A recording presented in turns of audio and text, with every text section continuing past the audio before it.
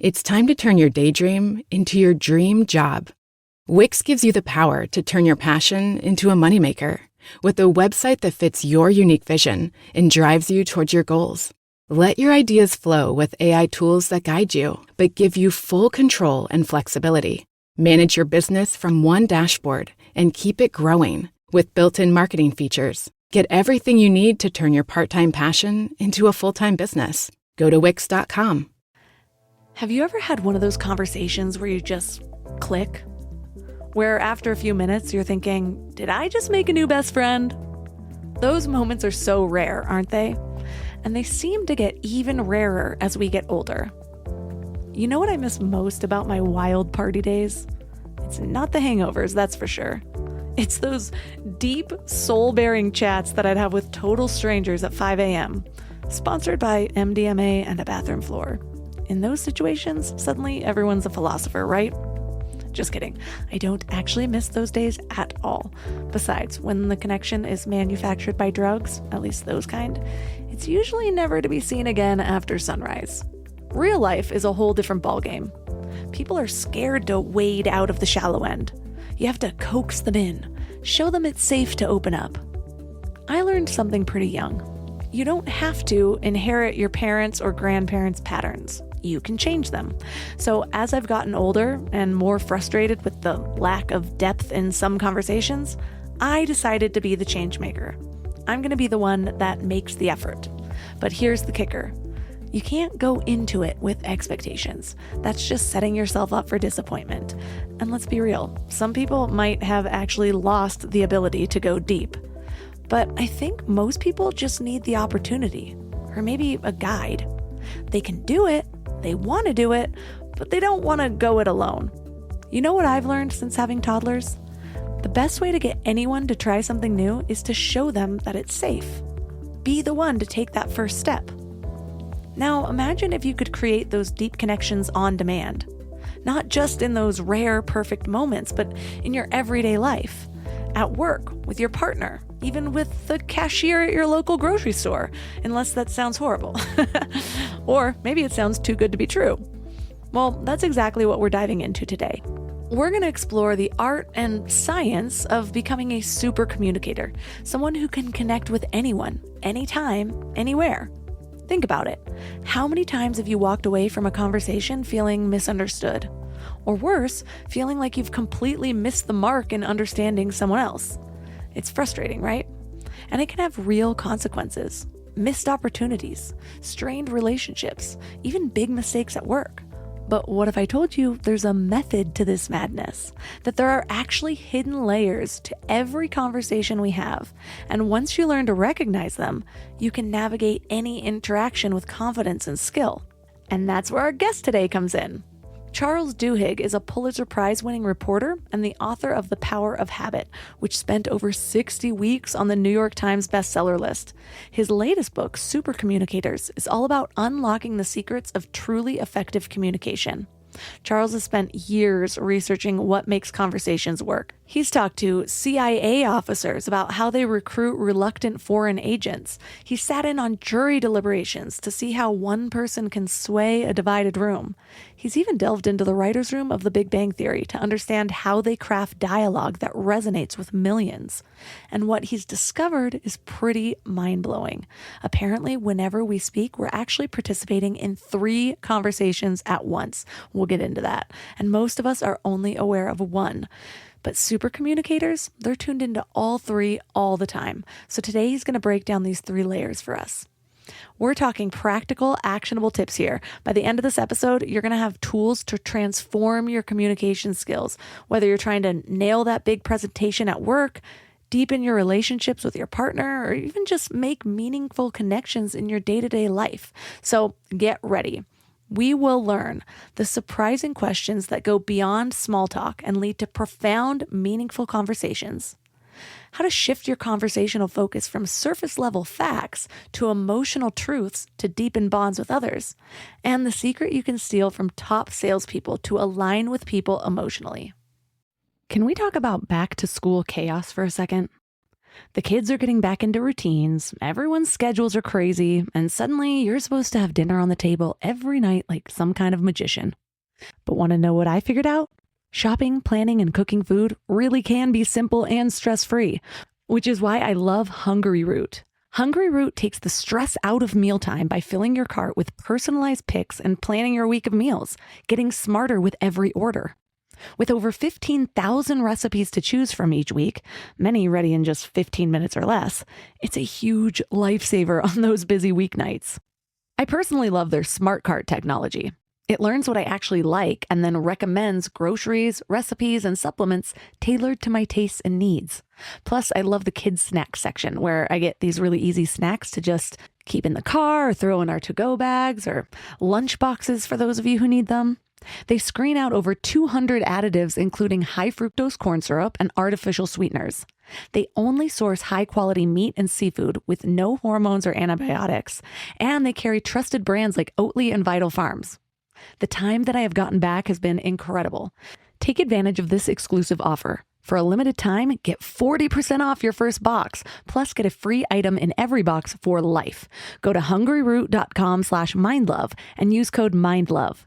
That's hungryroot.com/mindlove, code MINDLOVE to get 40% off your first box and a free item of your choice for life. hungryroot.com/mindlove, code MINDLOVE. This episode is sponsored by BetterHelp. Let's be real about something. Workplace stress is not just part of the job anymore. 61% of people are dealing with stress levels that are way beyond normal, and it is not sustainable. I used to think that grinding through stress was some kind of badge of honor. Push harder, sleep less, ignore what your body was telling you. And it nearly broke me when I was working for startups. And look, maybe that voice in your head telling you to make a change is right. Maybe you do need to quit your job or completely flip your life. But whether you're making big moves or just trying to survive your current situation, you need tools to handle it well. And that's where therapy comes in. Modern therapy teaches you how to set boundaries without the guilt, how to trust your intuition instead of second-guessing yourself constantly, how to make better decisions from a place of clarity instead of chaos. And BetterHelp is the world's largest online therapy platform with over 30,000 therapists. They've got a 4.9 rating from 1.7 million reviews because it actually works. You can talk to someone from anywhere, and you can switch therapists anytime if it's not the right fit. A vacation won't fix chronic stress, but the right support can help you navigate whatever comes next. As the largest online therapy provider in the world, BetterHelp can provide access to mental health professionals with a diverse variety of expertise. Unwind from work with BetterHelp. My listeners get 10% off their first month at betterhelp.com/mindlove. That's BetterHelp, HELP.com/mindlove. You set the gold standard for your business. Your website should do the same. Wix puts you at the helm so you can enjoy the creative freedom of designing your site just the way you want. Want someone to bounce your ideas off? Talk with AI to create a beautiful site together. Whatever your business, manage it from one place and tie it all together with a personalized domain name. Gear up for success with a brand that says you best. You can do it yourself on Wix. Wherever you go, whatever they get into, from chill time to everyday adventures, protect your dog from parasites with Credelio Quattro. For full safety information, side effects, and warnings, visit CredeliaQuattroLabel.com. Consult your vet or call 1-888-545-5973. Ask your vet for Credelio Quattro and visit QuattroDog.com. Communication isn't just about coordinating with others. Communication is often what makes us happy. So there was a study done named the Harvard Study of Adult Development. And for about 80 years, they have followed around thousands of people. And eventually what they come up with is there's actually only one thing that predicts if someone's going to be happy and healthy and successful at age 65. And that's having a handful of close relationships at age 45. That doesn't mean that I'm seeing them every day. That doesn't mean I'm talking to them every week. That might mean I talk to someone every 6 months. But when we talk to each other, we actually set aside like an hour and a half just to catch up, to get to know like what's going on in each other's lives, to just kind of like, chew the fat on like how we see the world and what we make of the world. And we feel connected to each other. And that sense of connection creates a sense of goodness, a sense of wholeness, of healthiness. And what we know is that if you do that, you live more years. Turn up your frequency with Mind Love. Bite-sized brain hacks for seekers, dreamers, and doers. It's time to give your mind a little love with your host, Melissa Monti.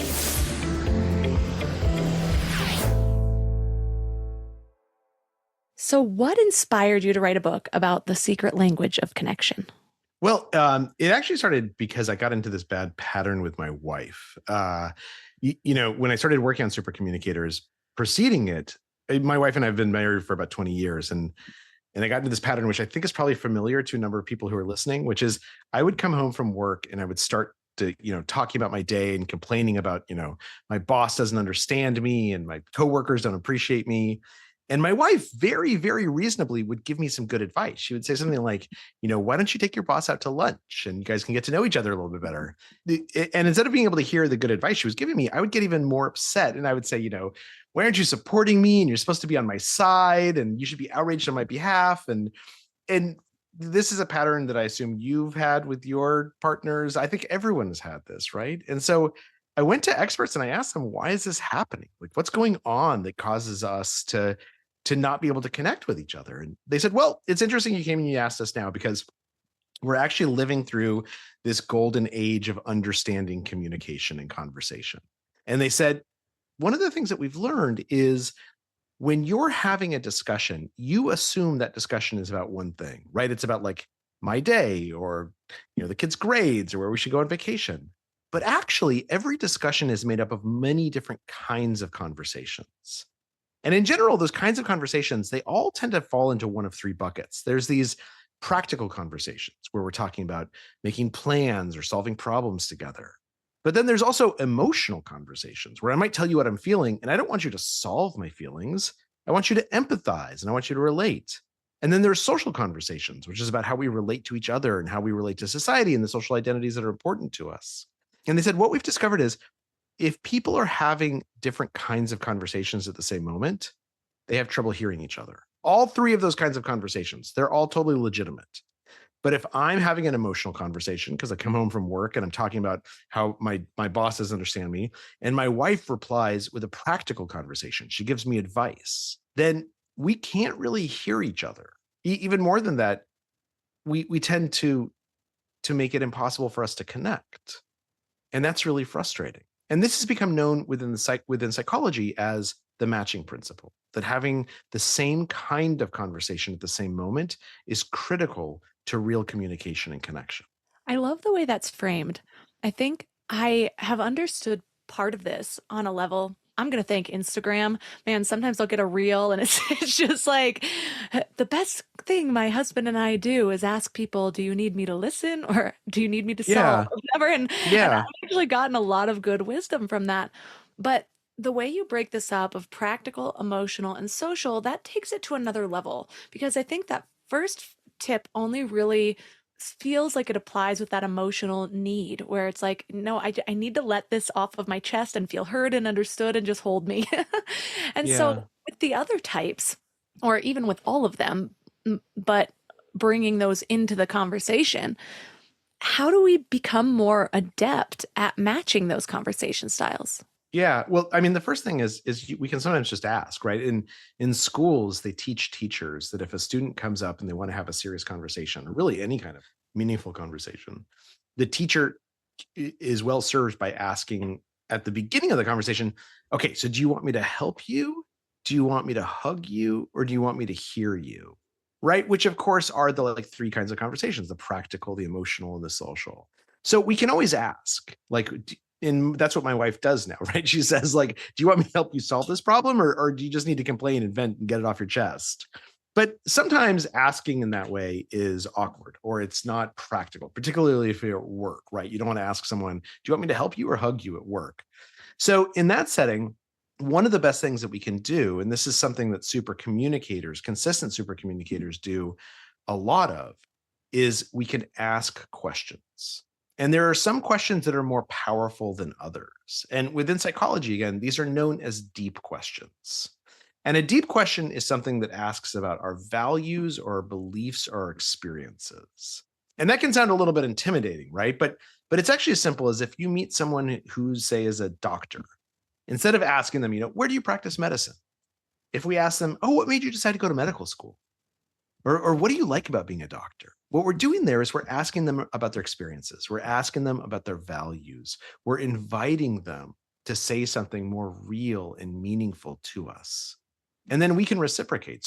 So one of the first lessons that we should learn, in addition to trying to figure out what kind of conversation is going on and try and match each other, is let's ask deep questions, because those deep questions are going to give us a sense of what kind of mindset the person is in, what matters to them, and how to connect with them.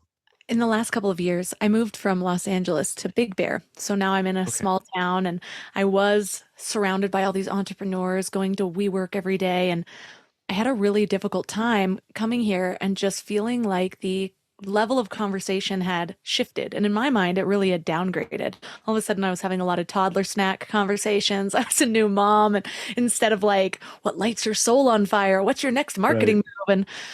And I really felt down about this for about a year and a half. And then I realized, what kind of questions am I asking people? I'm setting the stage for surface level conversations. It might not be these deep marketing strategies that I love to geek out on, but everyone has a level of depth, even if they're not used to accessing it, even if they're not used to having these good conversations. And so I started to really try to make it my mission to ask those deeper conversations or those deeper questions.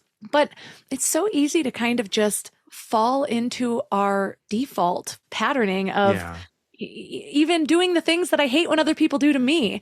How do you get yourself in the mindset of like, okay, remember, let's go deeper than the surface of this ocean? I think the key is, instead of asking people about the facts of their lives, which is what we normally do, ask them how they feel about their lives, right? So like when you meet another new mom, how old are your kids now? 1 and 3.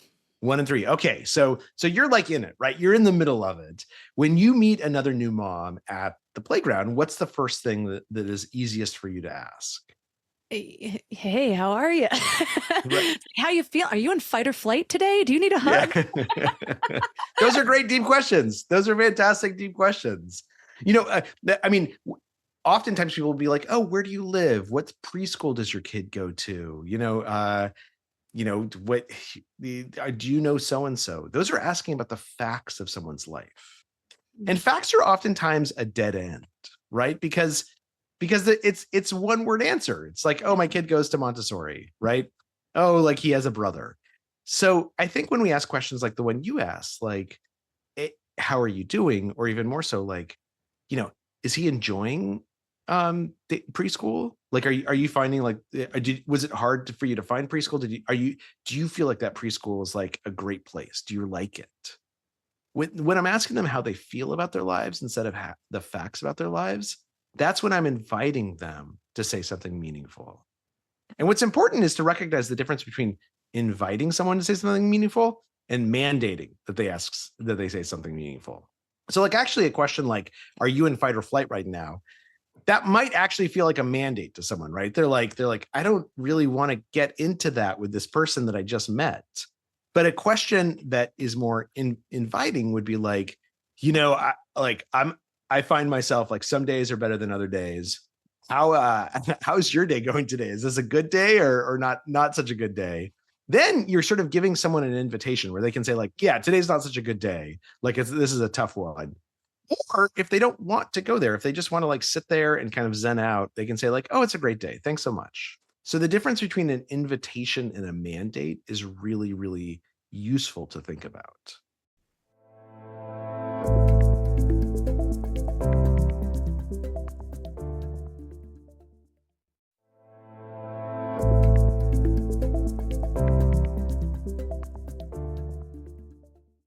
It's so funny that is the example that you brought up. We are planning on homeschooling, but fingers crossed. I don't know what that stage is going to be like, but there's a little preschool here, and we decided to have him go 2 half days a week just for the socialization, to have some fun, see how it goes. It just started yesterday, and I have like 19 mixed feelings about it. I don't know if it's going to last longer than this week. Right. And so you're giving me these examples, and I'm like, I have an answer for you, Charles. Like, well, and that's the thing, is that if you bumped into someone in the park and they said, "What's the name of the preschool where he's going?" I'm not going to say this on the podcast. Oh, okay. Well, they're like, if they said like, where, like, oh, what preschool is your kid going to? You would have a one-word answer. But if they asked like, how do you feel about preschool? Like, do you think it's like the right choice for him? Like, is it going well? Then you would have a lot more to say. And that's a much better way to invite someone to have a robust conversation. Yeah, for sure.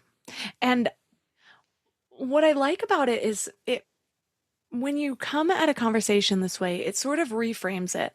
And I think sometimes I have noticed often when people go deep quickly, it's not in curiosity, it's because they're unloading something. They need to take it somewhere. I've been guilty of that before, where I'm like, oh, I don't know, we're only 13 seconds in and I'm talking about government corruption already. Not the best way to make friends.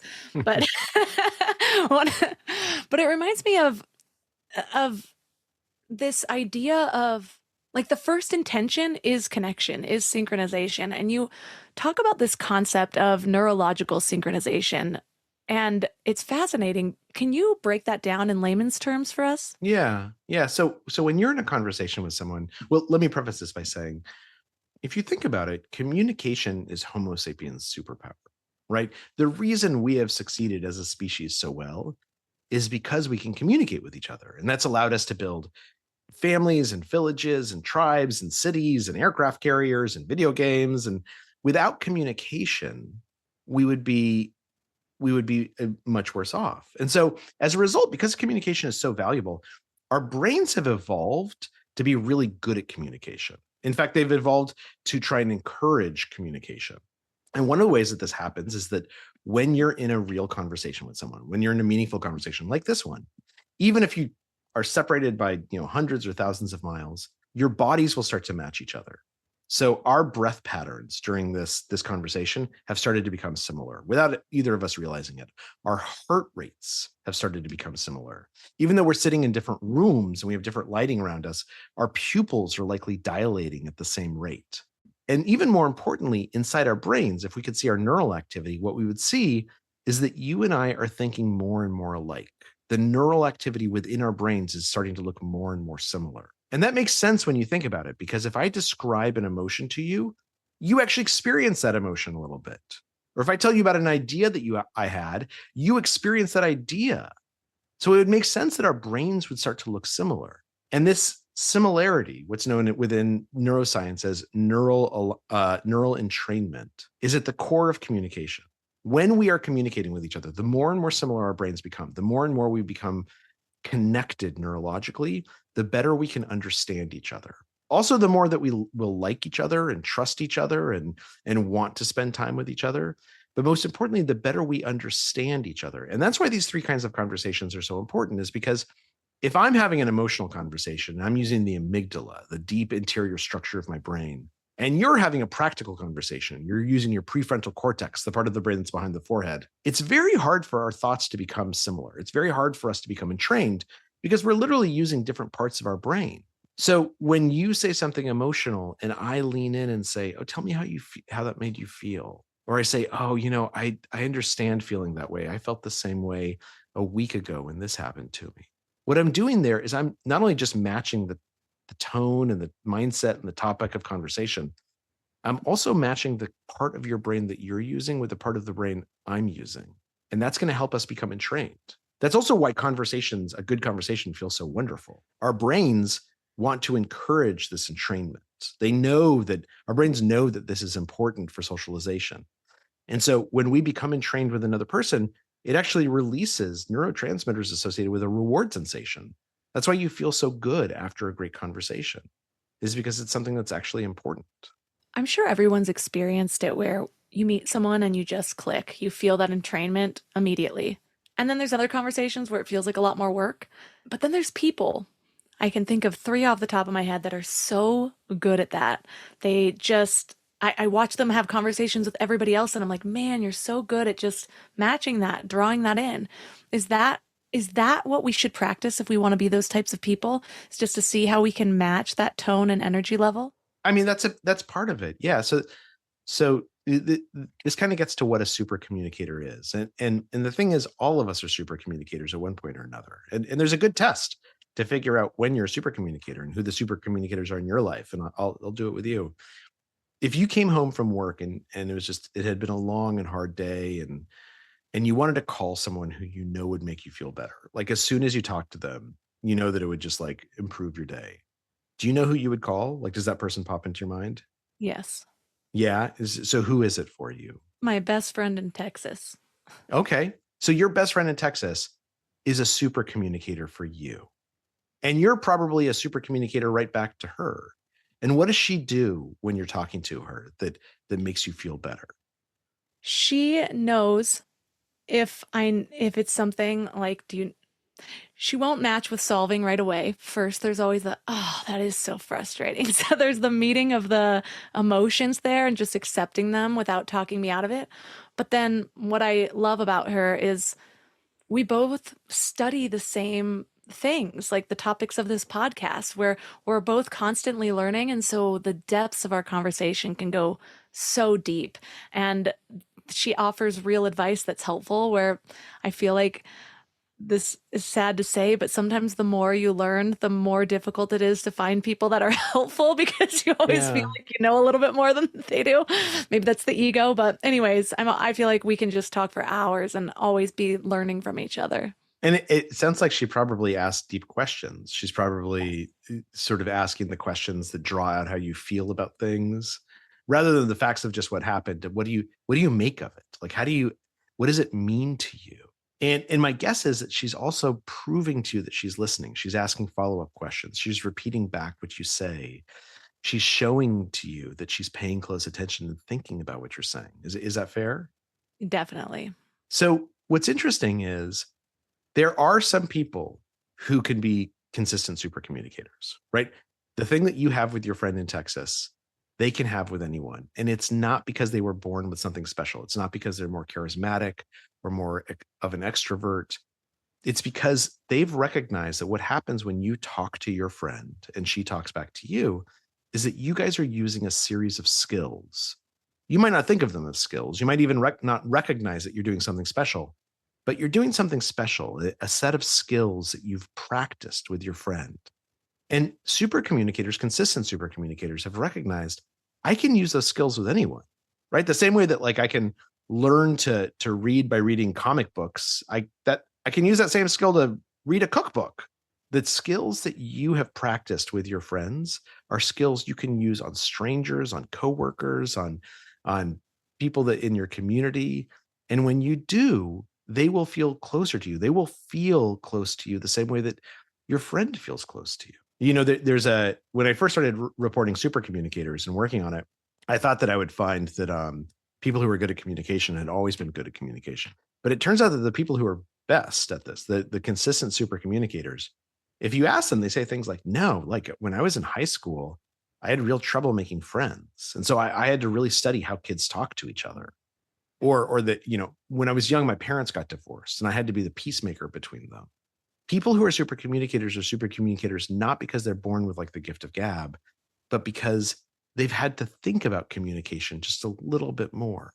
And that thinking about communication helps them recognize the skills that all of us carry within ourselves that we can use with anyone. Anyone can become a super communicator. Anyone who's listening can become a super communicator. Just a matter of recognizing a handful of skills and then practicing them until they become habits.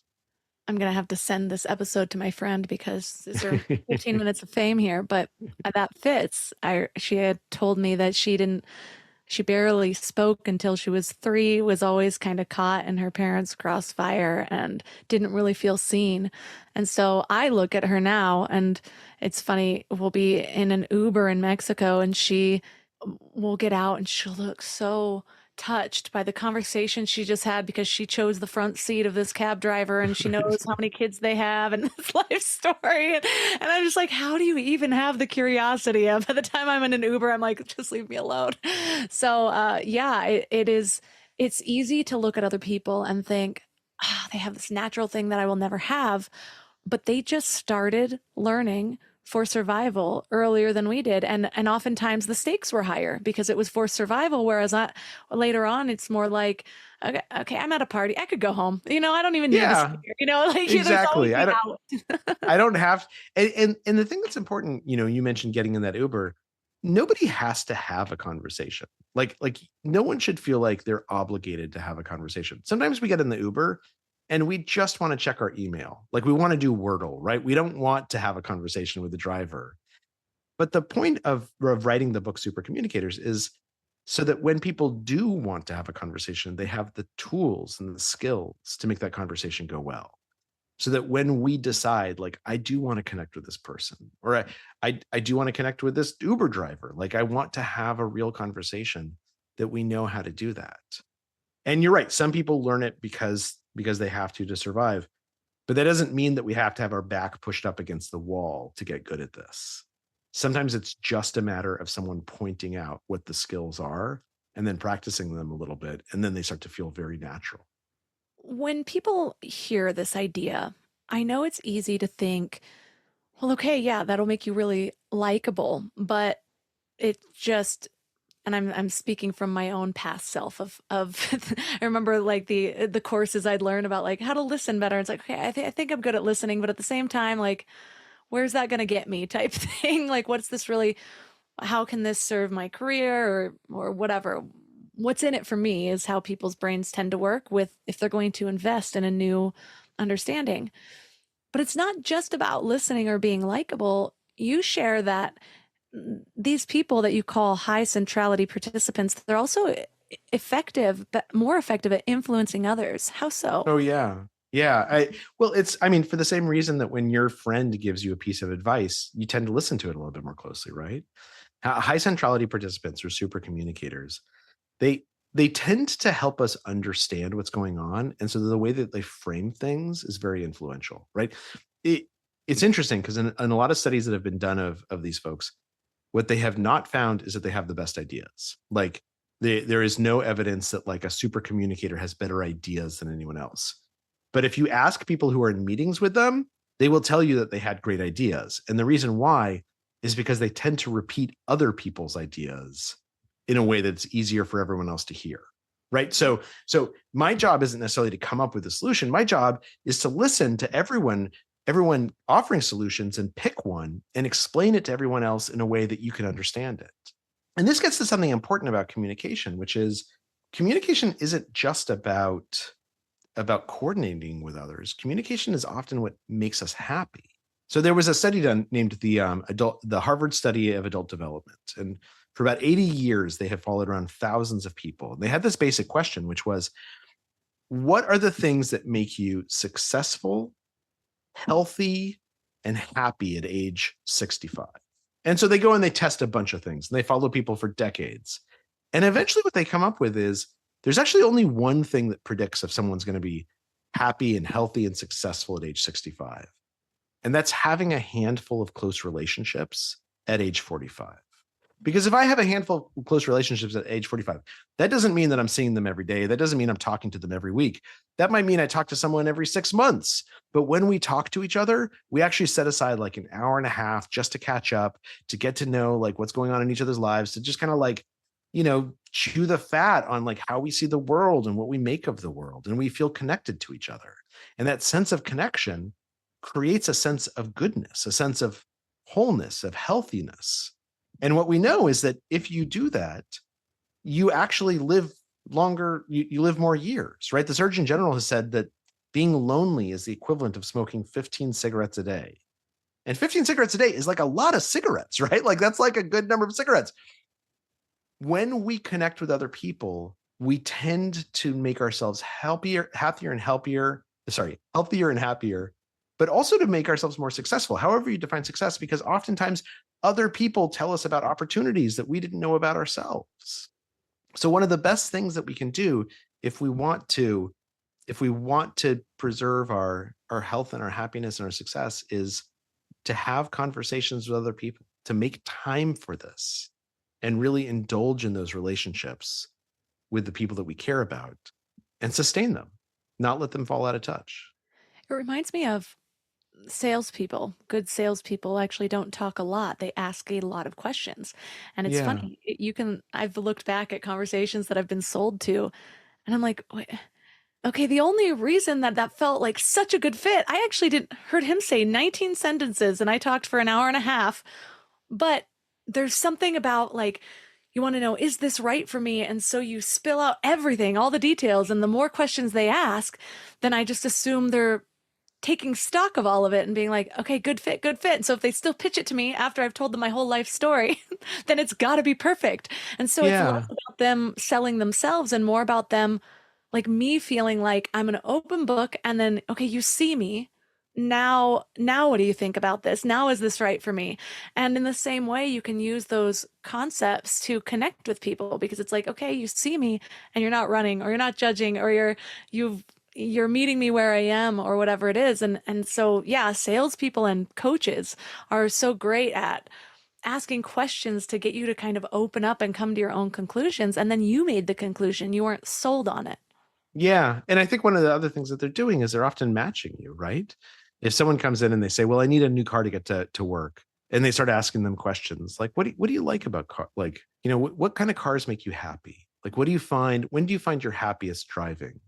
And pretty quickly it comes out that like, actually, sure, I need a car to get to work. But what I really want is I want a car that I think like, tells me that I'm successful or tells me that I'm living an adventurous lifestyle or we have kids now and I need a bigger car, but I don't want to be like one of those minivan dads, And once someone hears that, once they're able to match me and we're not having a practical conversation, it's not about, what gets the best MPG. It's about how do you feel about this car? Then they can say, okay, look, I think I understand a lot about like, you're looking for a car that says something to you. Now, do you mind if I talk to you about some practical things? Because like we should talk about miles per gallon and we should talk about price. At that moment, I am willing to move from the emotional to the practical with that person, right? They're inviting me. They've matched me. We've become aligned. And when they move from emotional to practical, I'm right there with them. Because every conversation we have has all three of those kinds of conversations, right? We move from emotional to practical to social back to emotional. What matters is that we do make that movement together because then we stay aligned.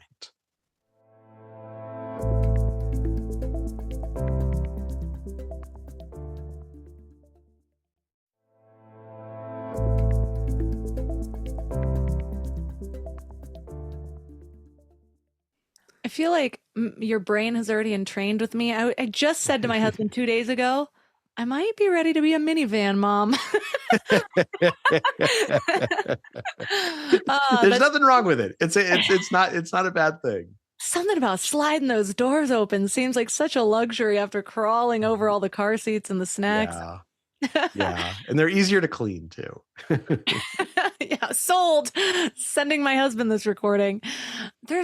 You mentioned this story in your book that I just found so fascinating is about the case of Leroy Reed and how the jury managed to challenge the legal guidelines. Can you explain that story and why it's helpful here?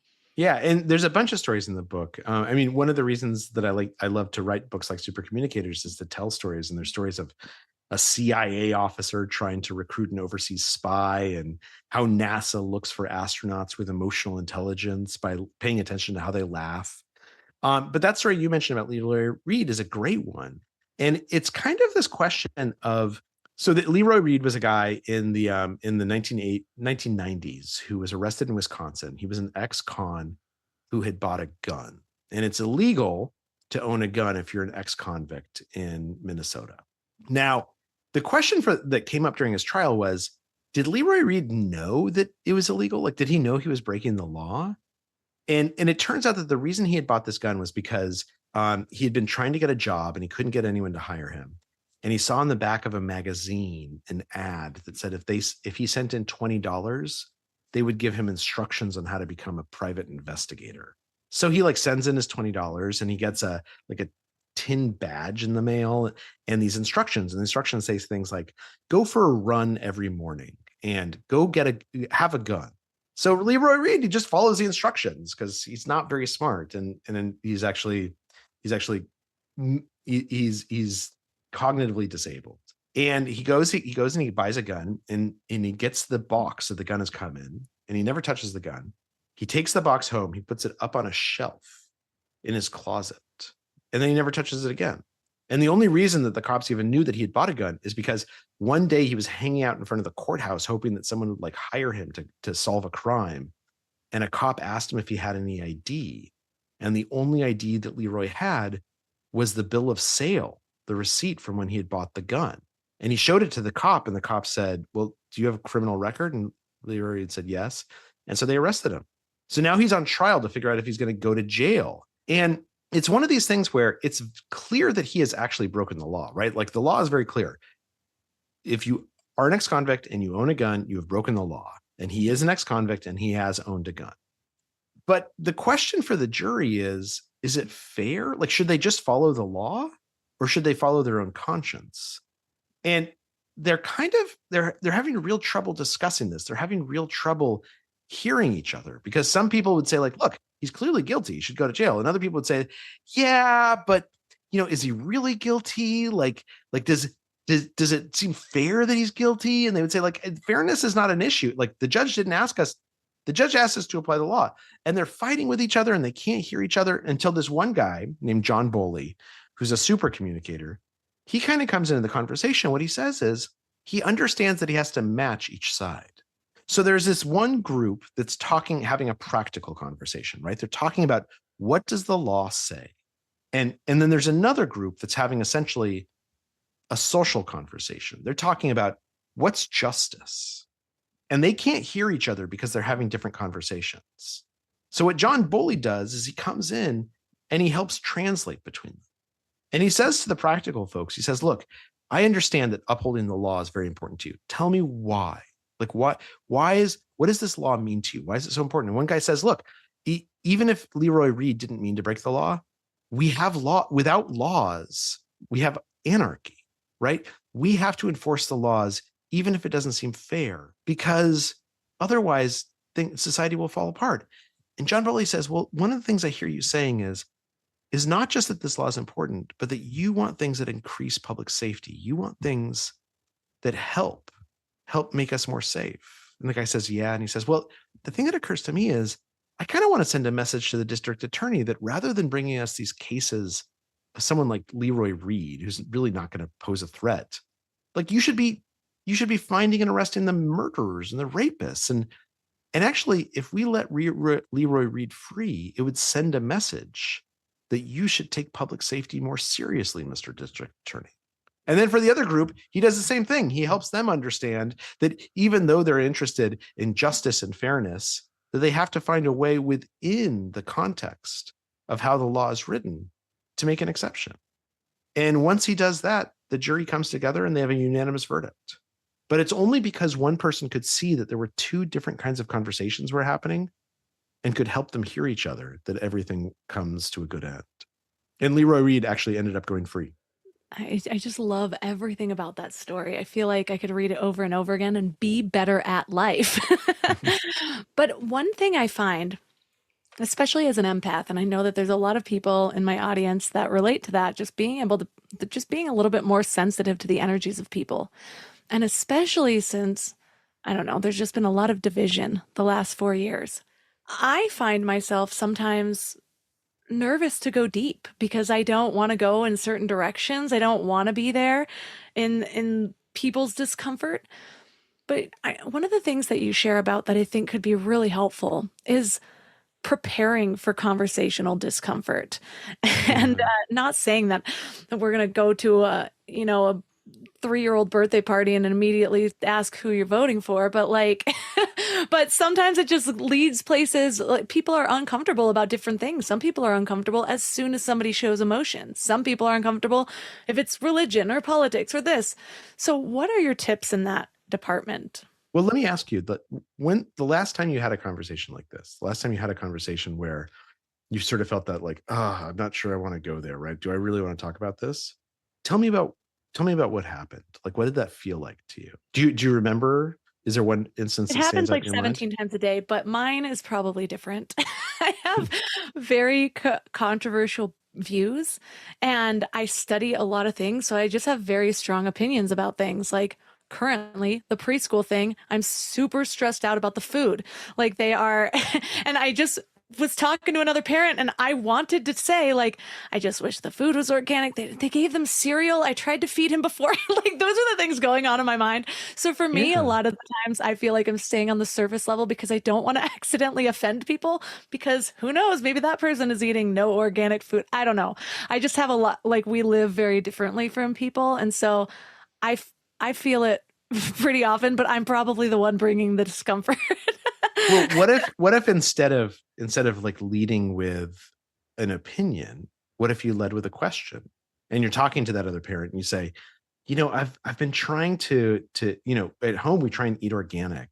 And I've been thinking about the schools, like the school's food and what the food they're using. Is that something that like you guys think about? Is it been an issue or a concern for you?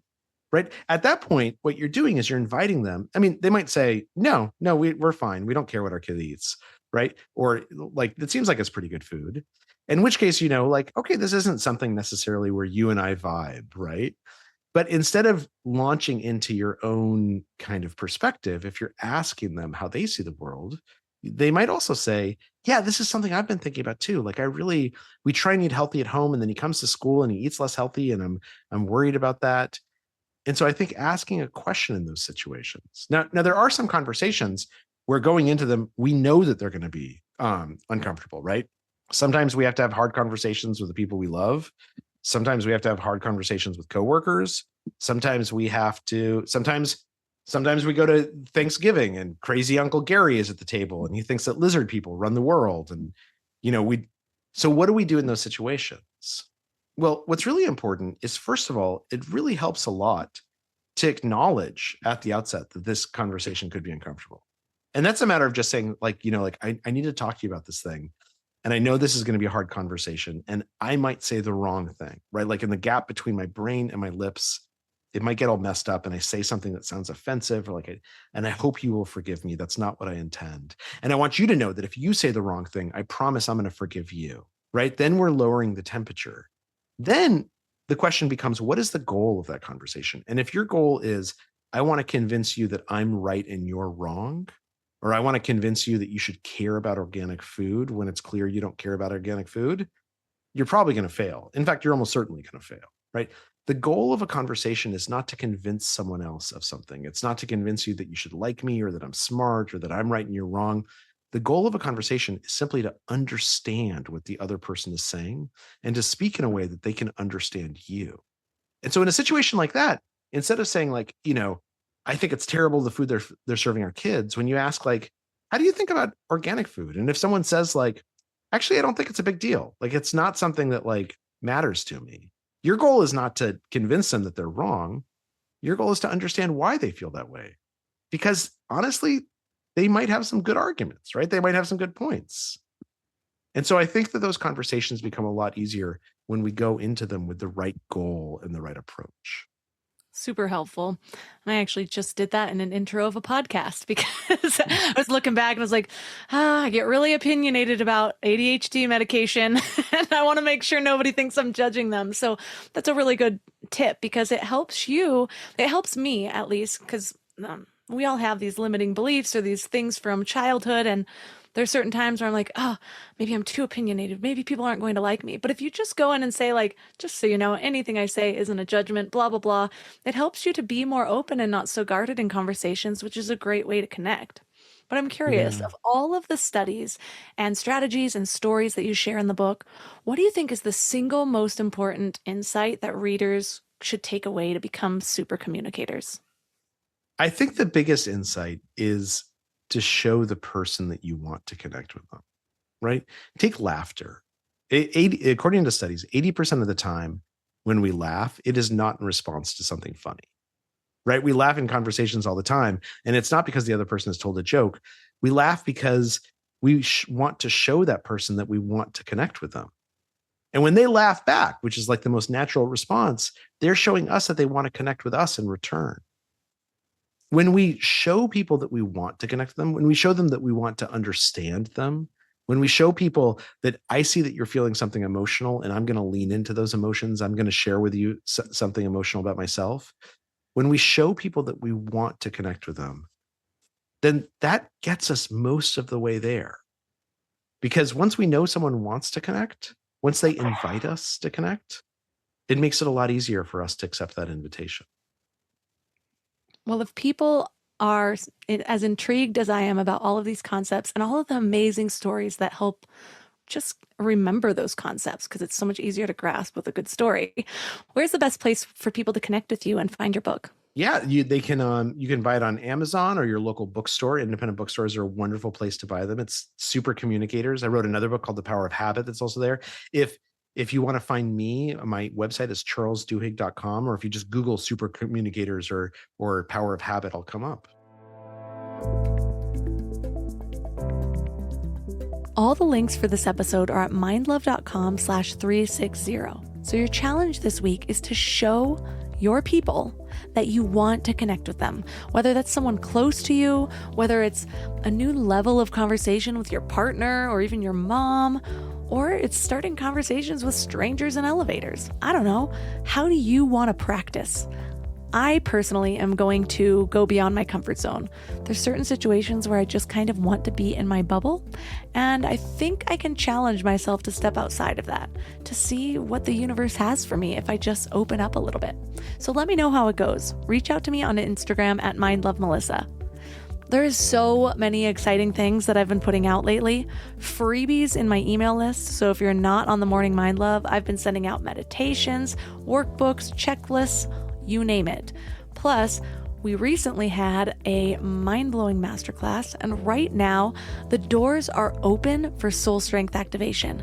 I am only opening up these doors twice a year, and I might take a break at the beginning of next year, so this might be your last chance for a while. So if you have questions, if you want to hop on a call, if you want to suss this out and see if it's for you, send me a DM that just says SSA, and I'll open up the convo. And if we need to hop on a call, I would absolutely love to show you that I want to connect with you. You see what I did there?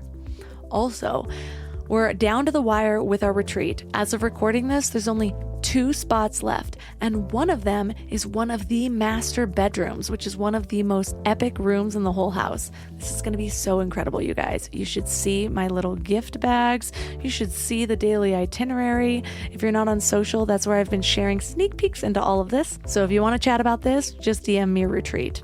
And that's all for today. So thanks for giving your mind a little love today, and I'll see you next week. Thanks for tuning into Your Higher Frequency with Mind Love. Head to mindlove.com for a free gift to keep your vibes up until next week.